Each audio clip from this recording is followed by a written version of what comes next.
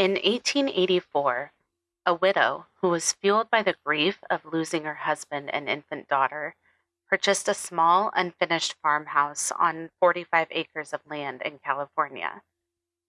Over the next several decades, she continued to add on to the home, creating a huge, bizarre 24,000 square foot mansion with over 160 rooms. The widow's name was Sarah Winchester, and this is the story of the Winchester Mystery House. I'm Ashton, and welcome to the Haunted Corner.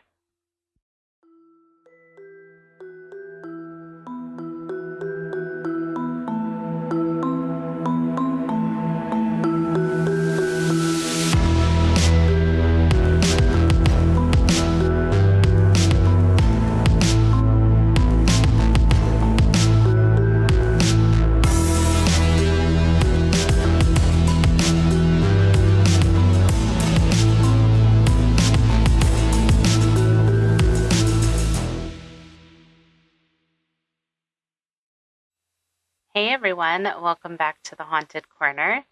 I'm glad you're here. I'm really excited about today's topic. If you're into the paranormal and strange history, this one's for you. Today we're talking about the Winchester Mystery House and the Queen herself, Sarah Winchester. I got some of my information from a book called Sarah Winchester, Beyond the Mystery, written by Bennett Jacobstein, and let's get into it. Sarah Lockwood Pardee was born in either 1839 or 1840, although it should be known that no birth certificate for Sarah has ever been located. She was the fifth of 7 children born to Leonard Pardee and Sarah Burns Hardy. She was known as Sally to her family members. Her father, Leonard, came from a long line of woodworkers, and he used his skills to manufacture parts that were needed by factories. Around 1850, Leonard established a woodshop and mill called Leonard Pardee and Company. The shop was located near the family's home, and Sarah became fascinated with the craft over time, which was something that she would carry with her throughout her life. Sarah was well educated and learned several languages growing up. She could also play several instruments, including the piano, organ, and violin. The family home was located on the same block as the Winchester family. The Winchesters were the founders of the Winchester Repeating Arms Company, which became one of the best-known gun manufacturers in American history. Sarah became close friends with one of the sons of the family named William Winchester, and the two married in 1862. On June 15th of 1866, the couple welcomed their only child, a daughter named Annie Pardee. Unfortunately, Annie would only live for 6 weeks before dying of what was called marasmus.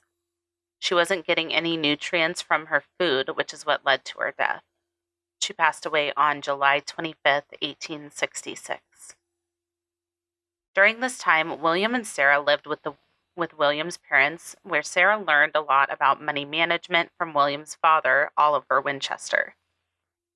As the Winchester Repeating Arms Company grew and became more successful, the family decided to build a new house in New Haven for them all to live in.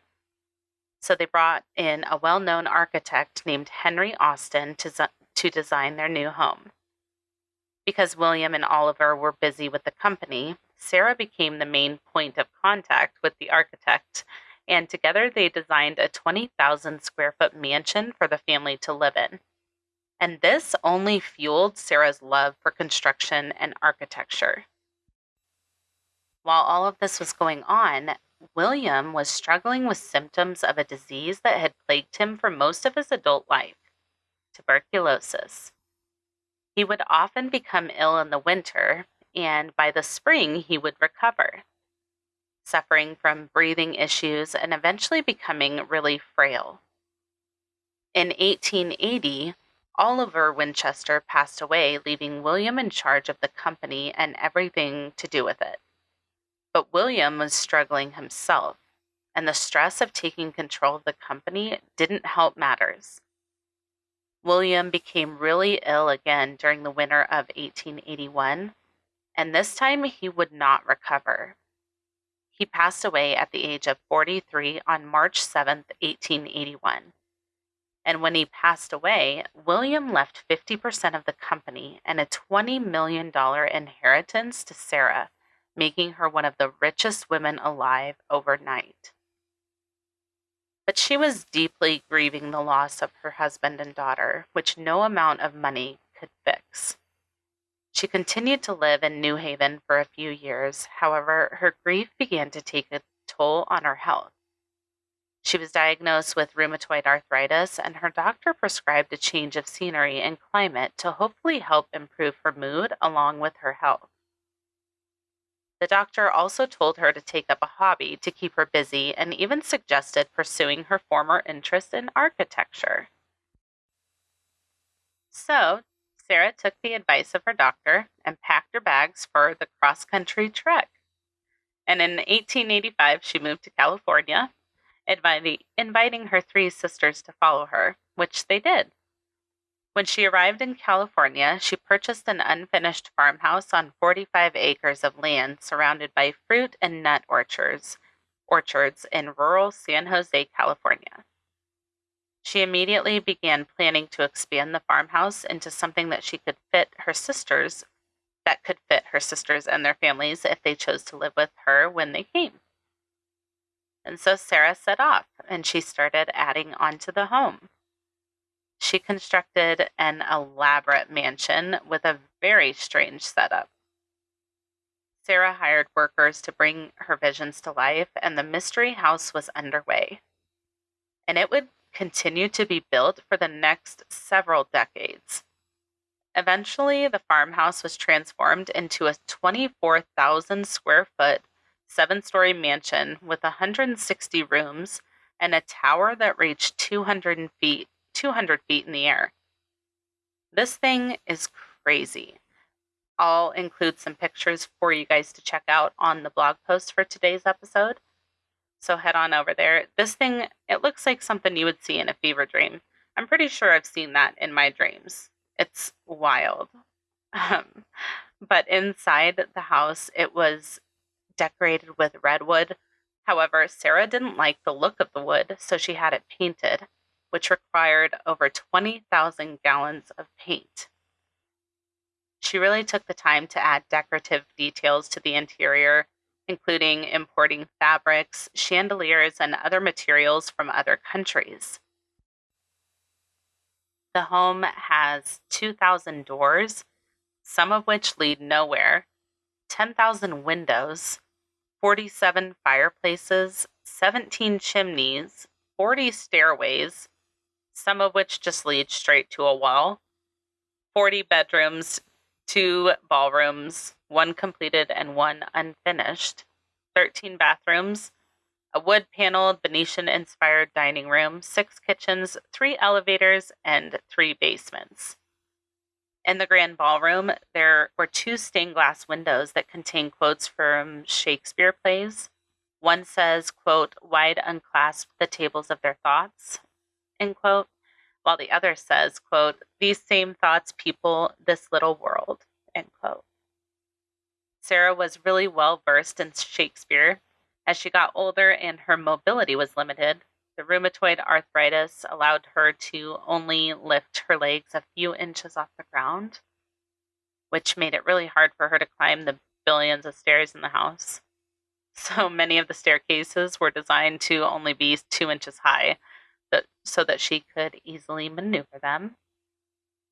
But eventually, Sarah enlisted the help of Otis Elevator Company to have an electric elevator installed inside the mansion, which would be one of the first installed in a residence by the company. The house was designed in many ways out of convenience. Sarah had a special shower installed so that she would not have to climb into the bathtub, and the laundry room was designed to make it easier on the servants, with scrub boards and soap holders being built into the sinks in the laundry room. In order to communicate within the house, because it was so huge, Sarah installed a few different systems. One was a set of tubes that connected the separate layers of the home so that people could just speak into it if they were trying to talk to someone on another level of the house. Another was a system called an annunciator, which involved call buttons for Sarah to push, which would send a signal to the annunciator, and it would show a number, which let the servants know which room Sarah was in the house. So, out of all 160 rooms, it's anyone's guess where she could be. So, this is probably a pretty good idea. By the early 20th century, the property had grown to over 160 acres and had its own water supply with its own water tower. Oh, and it also had its own gas manufacturing plant because this was before electricity. There were gardens in the orchards on the property provided fruits and nuts to be sold at the markets, which was pretty cool. Sarah was kind of a badass, definitely a badass. When the 1906 San Francisco earthquake happened, the 7-story tower and most of the chimneys collapsed. One entire wing was destroyed, along with the 3rd and 4th story additions as well. Sarah Winchester had the rubble removed, but there was no further construction really done to the property after the earthquake. This left doors that opened to nothing where balconies had once been. There were pipes protruding from walls and staircases that once led to upper floors of the home that ended suddenly. So it was pretty creepy after that. Now, more badassery on Sarah's part. She built a whole hospital, y'all. Following her husband's death, she knew that she wanted to build some kind of memorial to honor her husband. And as you might recall from the Waverly Hills Sanatorium episode, tuberculosis was a big thing during this time. And this is what her husband William died from as well. So she decided to build a tuberculosis hospital as a memorial for him. On November 6, 1909, Sarah wrote a letter to the president of the General Hospital Society of Connecticut, a man named Eli Whitney.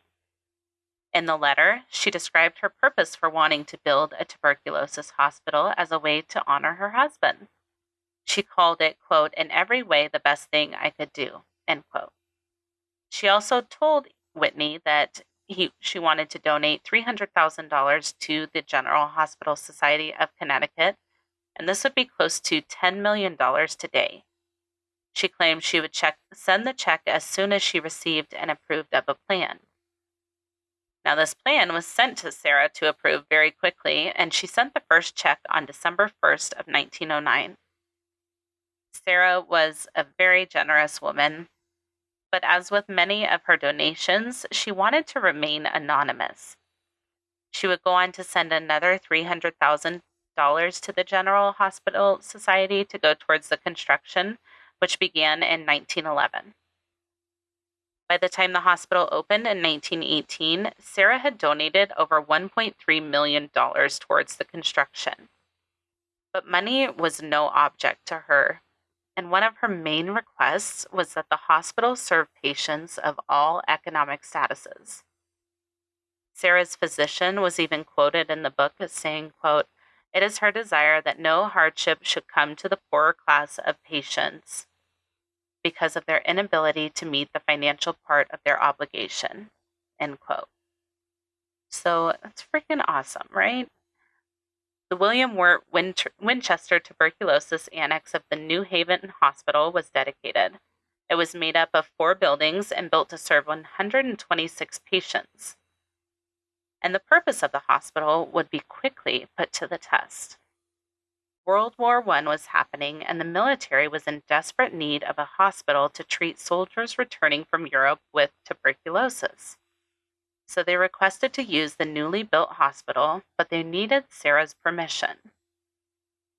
Being the person that she was, she agreed, and the hospital opened in May of 1918 with a temporary name of United States Army General Hospital No. 16, with room for up to 650 patients. It served military members for the next 9 years before being returned to the General Hospital Society of Connecticut and given its original name once again. The hospital served patients for many years to come and even operated a summer camp called Camp Happy Land. It was designed to take care of children whose families were being treated for tuberculosis at the hospital.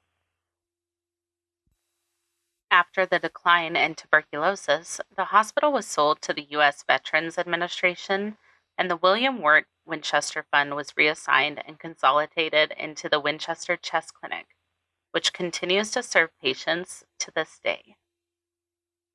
So you're probably wondering where the spooky factor comes into this week's episode. Well, the story has been taken and run with over the years. And the one that has stuck around for a while is that someone, a medium or someone, told Sarah that the spirits of the victims who were killed by the Winchester guns were going to come back and haunt her, and that she needed to keep building onto her house in order to keep the angry spirits at bay. It said that the constant construction was ongoing to keep the spirits happy. But this was proven to be untrue, because one construction worker even said that there were periods of several years at a time where there would be no construction done on the house. The story also says that the random doors leading nowhere in the strange layout of the house was to confuse the spirits and cause them to get lost in the house.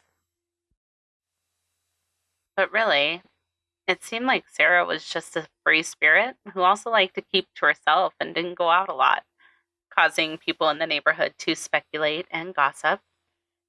But she also, wasn't in the best of health either. She had rheumatoid arthritis. It was hard for her to get around. She didn't want to go outside.